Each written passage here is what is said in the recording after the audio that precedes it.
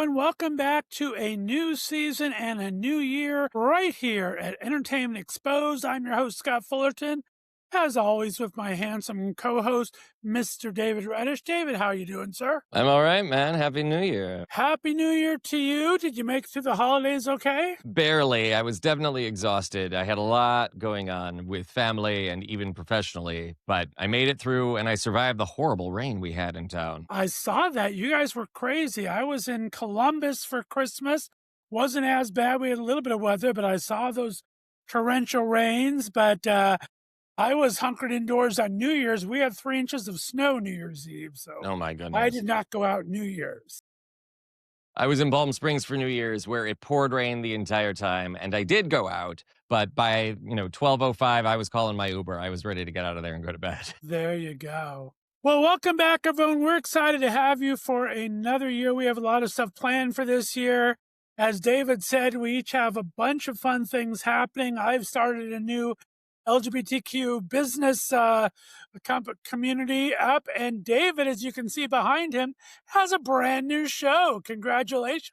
Thank you, good sir. It's been a long time coming and yeah, I'm very excited about it. You should be. I'm excited. There's no shortage of news out there, so I have listened to the first couple clips, and you are killing it, my friend. So congratulations. Thanks, man. And to all our listeners who may want to check out the new show, it's called The David Reddish Show. It's easy to remember, and you can find it on YouTube. There you go. All about hot politics of the day, and may not be entertainment, but politics sure is a spectator sport these days. So definitely.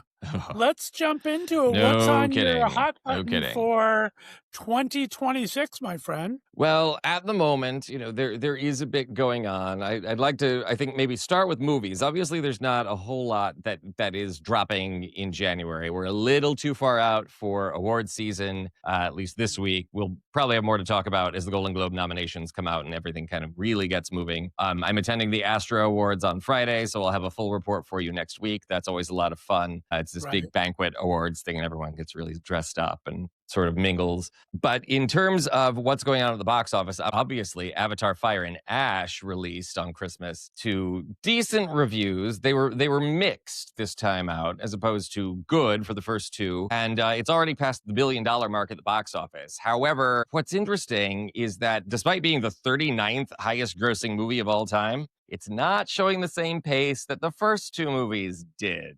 We don't think it's going to.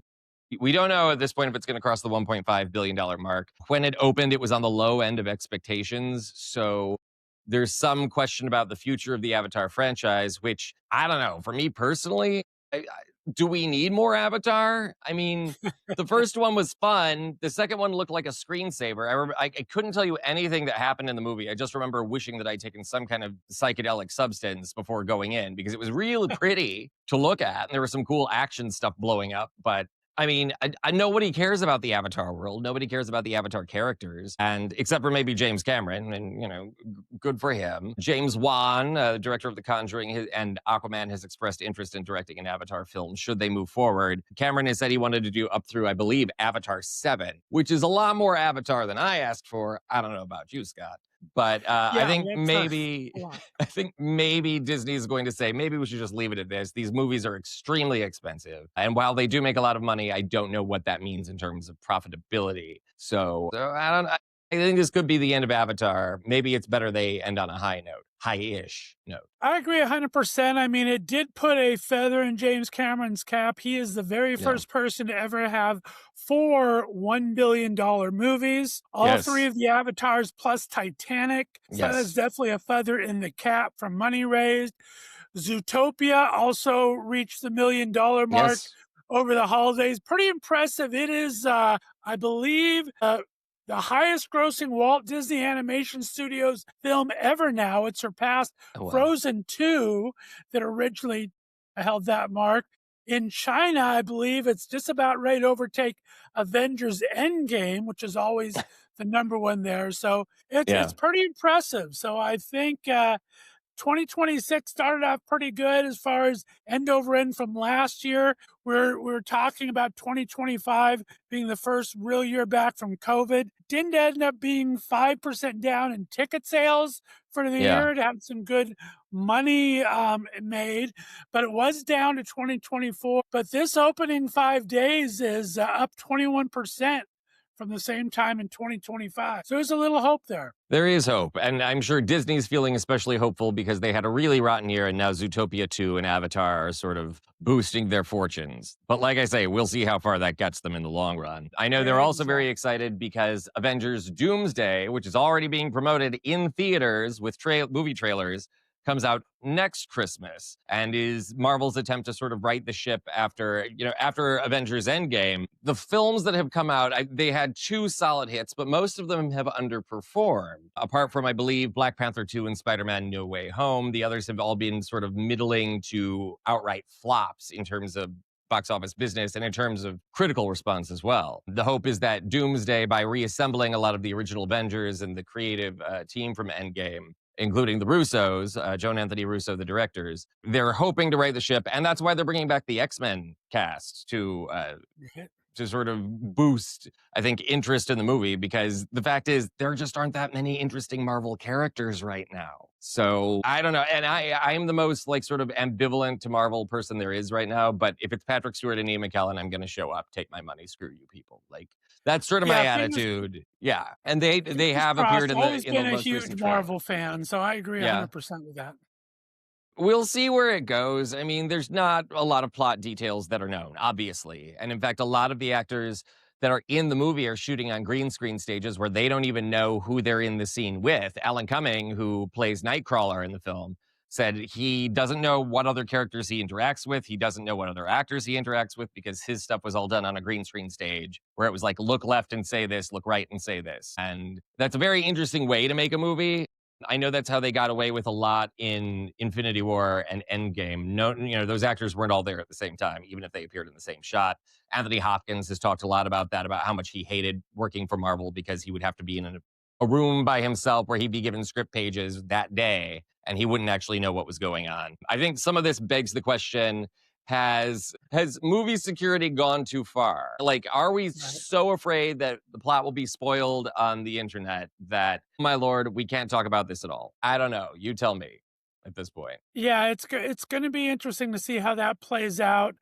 There was an interesting side note I'm sure you saw today. From the DC side, they have Batman 2 getting ready to start filming this spring. They already brought aboard Scarlett Johansson from the Marvel world. And today it was announced that Sebastian Stan is going to be part of that movie. So they're bringing 2 of the Avengers on to the DC Batman project. So I thought that was interesting. They haven't said what role Stan is going to play yet, but that starts filming in April or May. So it's pretty quick here. Yeah. It's coming together. I mean, the whole worlds are starting to mesh just a little bit, right? Well, you're right about that. And that's to say nothing of Andy Serkis, who plays Alfred in that movie, is in the MCU. Jeffrey Wright, who plays Commissioner Gordon in those movies, is in the MCU. The first movie also had Zoe Kravitz as Catwoman, who's been a Marvel character. It had Colin Farrell, who's been a Marvel character. And it had Peter Sarsgaard, who had also, I believe he's done Marvel, but he definitely did the Green Lantern movie. So it's like everything is sort of intermeshing here. The fact that they're bringing in 2 Avengers to join the Batman cast. We'll see what they do with it. Nobody knows, of course, to the point of movie security. Nobody knows what exactly is going on, what the plot is of this new Batman movie. We don't know who Scarlett Johansson or Sebastian Stan are playing. I have my theories, but we will see. I'm getting Harvey Dent vibes from Sebastian Stan, though the director, Matt Reeves, has said that the villain will be someone we haven't really seen on screen before. So I'm also kind of wondering if they're going to try and tie the whole Robin mythos into this, and they're going to introduce the character of Hush, which, if you're not familiar with the Batman comics, Hush is not as well known as, say, Two-Face or Poison Ivy or the Joker. But he's a major Batman character, and his history is tied to that of Bruce Wayne and the Robins. Go out and read the graphic novel if you haven't, because it is splendid. It's a whodunit mystery, and it's very, very well said. And switching over to TV a bit, we wrapped up Heated Rivalry. The first 6 episodes, still huge buzz everywhere. Yes. I believe that Story is making his first primetime interview with Late Night with Seth Meyers on Monday. So, but they are just everywhere still. Stranger Things, of course, had its big finale. You and I had talked about last season that they were doing something interesting with Stranger Things. They put the finale in movie theaters. And contractually, they weren't allowed to sell tickets for that. So they sold concession vouchers for it. Over $20 million in concessions sold for Stranger 25. Things. I saw 25 as of this morning. Yeah, it was north of 20, so I bet that. So very interesting. Very popular season finales for them both, for sure. Yes. Well, and I don't know, have you watched the season finale of Stranger Things yet?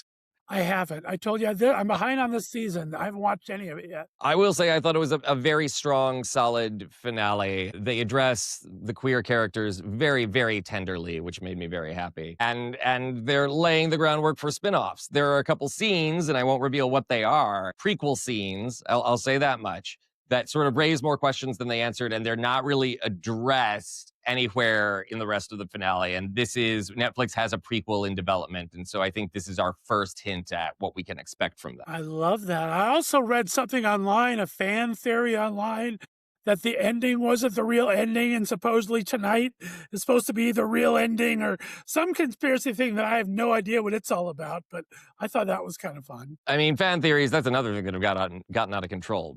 I love to speculate about these things just as much as you do, but please go outside and go for a walk. Like, don't spend all your time on Facebook or Reddit or elsewhere, sort of hypothesizing these wacky theories, which was another, even going into the finale, there were all kinds of theories that Will wasn't really gay, that he was actually Venka, the villain in disguise. I mean, stuff that doesn't make any sense. And I think it comes from everybody is trying to outsmart everybody and not actually concentrating on what is logical. The same thing is true with Avengers Doomsday. The theories that I've heard or have read are just so far outside the bounds of good storytelling. It's like, I don't know what they're going to do with this, but if any of this stuff I'm reading is true, this is going to be a shambolic film where there's way too much going on. Nobody has anything to do. And it is just going to be tedious to watch. We'll see. Of course. And theories are great. And Heated Rivalry wise, I mean, I was a little shocked to read that they're not, I mean, the big story of this thing was how quick it all came together, right? Yeah. From writing it to getting it to filming it to getting it to air was one of the fastest turnarounds of 2025. And I think now they're saying season 2 that was announced weeks ago may not be till 2027. So I'm not sure of the marketing behind that.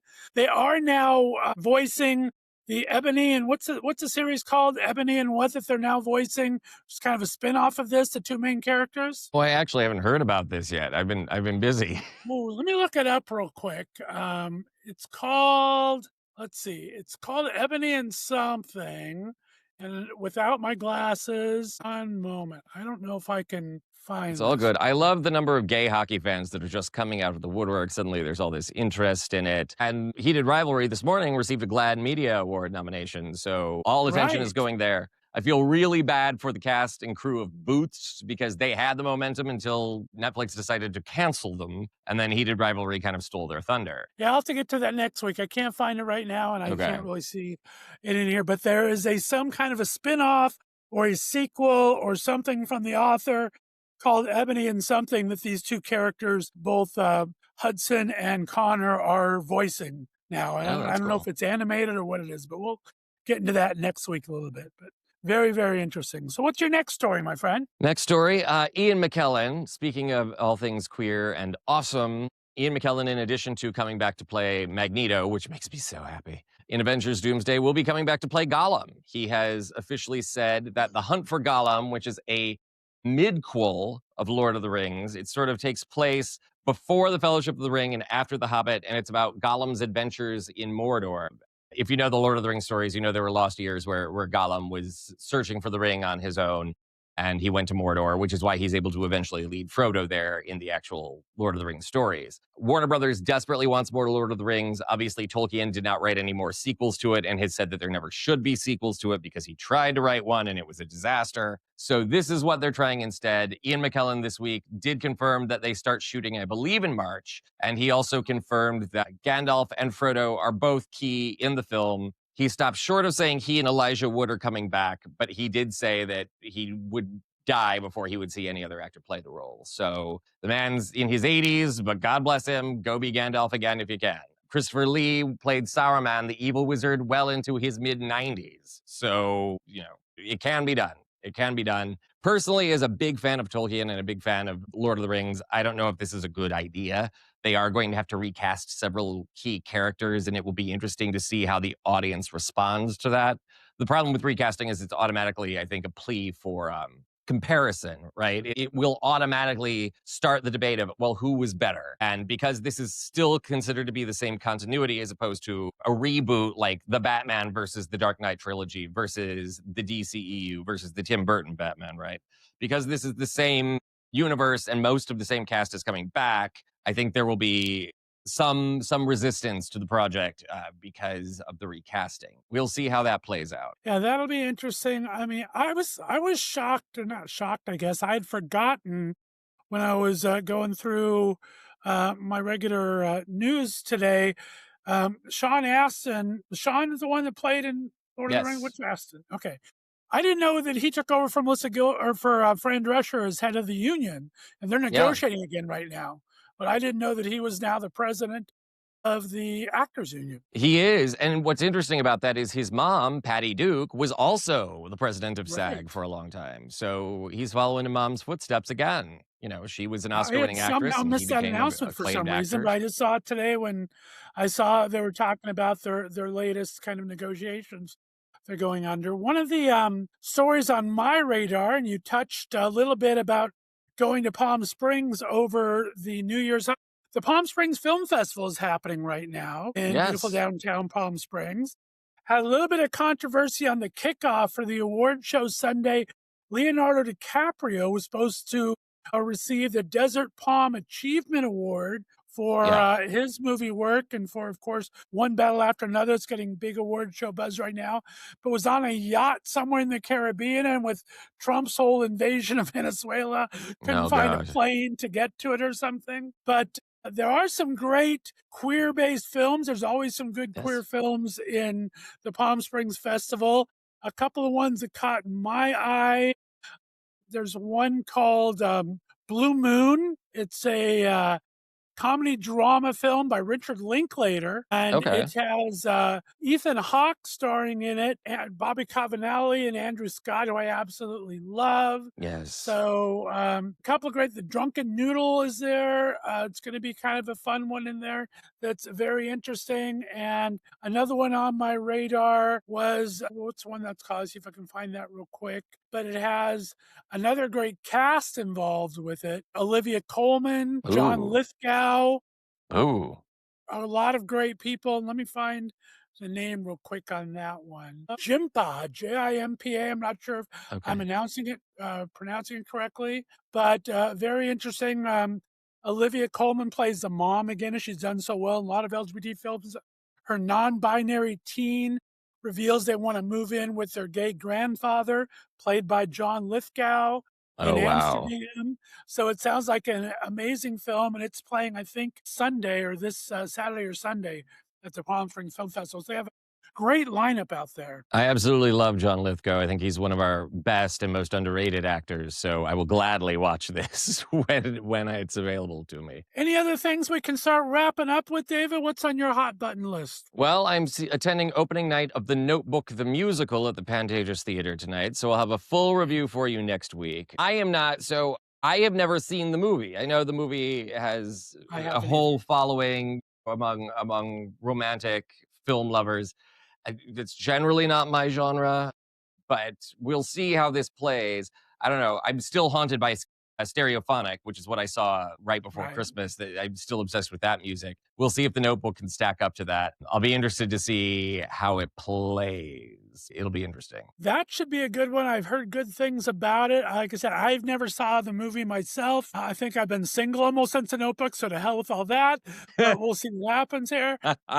But yeah, I think I've heard some good reviews on it, some mixed reviews on it. So I'm be interesting to hear what you bring back with us next week. Very much looking forward to it. And As always, I shall look forward to talking to you. Definitely. The last thing I think I have on my list, then we'll finish anything up you have, but you know how TikTok, how all these micro dramas have been an actor's saving grace the last couple of years. Yeah. They're doing these vertical series, they call them, where they come out. You'll see them on your phone where it's like 65 3-minute episodes or less or whatever that a lot of actors use as their bread and butter right now. They're based out of China.